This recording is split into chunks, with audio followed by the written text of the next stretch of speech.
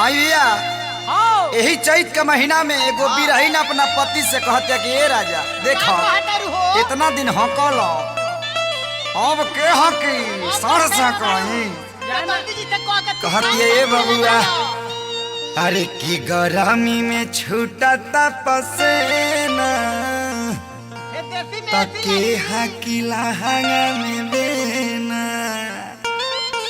हक दो ना राजा हो राजा हो राजा हो राजा जी बात मानी कितना प्यार से बोला तारू हो जरूर कोनो बात ए मोहित भाई उमेश भैया ए रोहित ये राजू भैया हाय देखो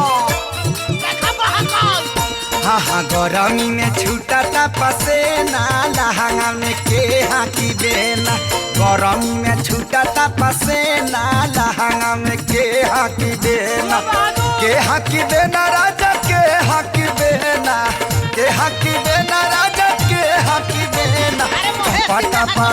दादा टपा टपा चुआता पसेना लहंगा में के हाकी देना गरमी में छूटता पसेना लहंगा में के हाकी देना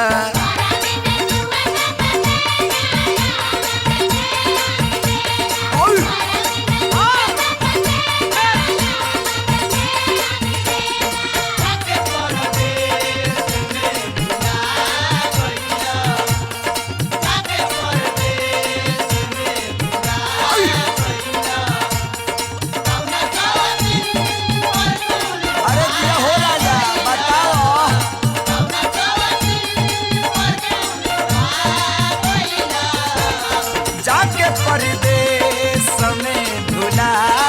गइला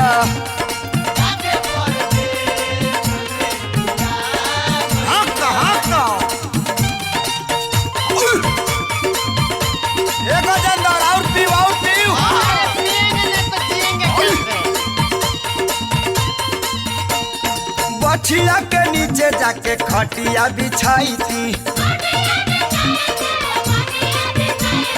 रहिते बोला मजी खूबे हकवाईती बछिया के नीचे जाके खटिया बिछाई थी रहिते बोला मुजी खूबे हकवाईती देवारा दादा देवारा हाँ देवारा चापाट मिलल जे ना लहंगा में के हाकी देना गरमी में चुआता पसेना लहंगा में के हाकी देना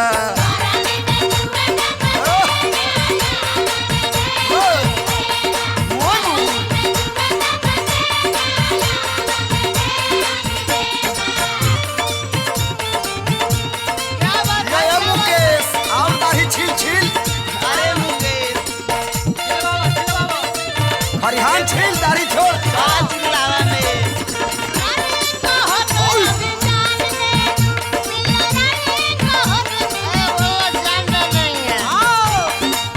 अरे दिया हो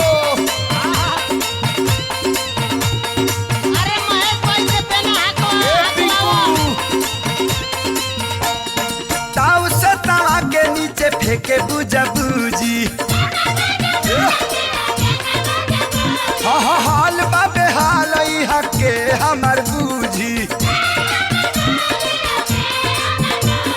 ताऊ से तवा के नीचे फेंके बुझा बूझी हाल बाबे हाल हके हमर बूझी देखियानी ए दादा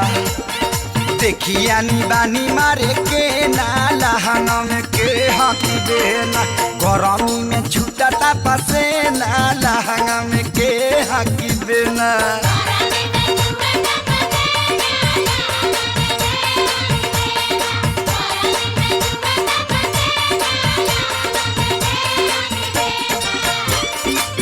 गोपाल भाई यो कृति सिटी सेंटर रंजन भाई रिंकू भाई पप्पू भैया हैया खा ए छोटू भाई अरे ताकरे कर रहा हो हाँ पियऊ महेश परदेश चली गईल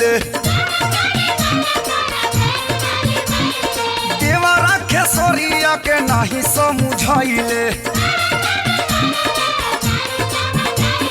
पियऊ महेश परदेश चली गईले देवरा खेसरिया के नहीं समझाइले धारी के ए दादा रे धारी के जुबाना लटके नाला हम के हकी बेना गरमी में छूटा पसे नाला हम के हकी बेना।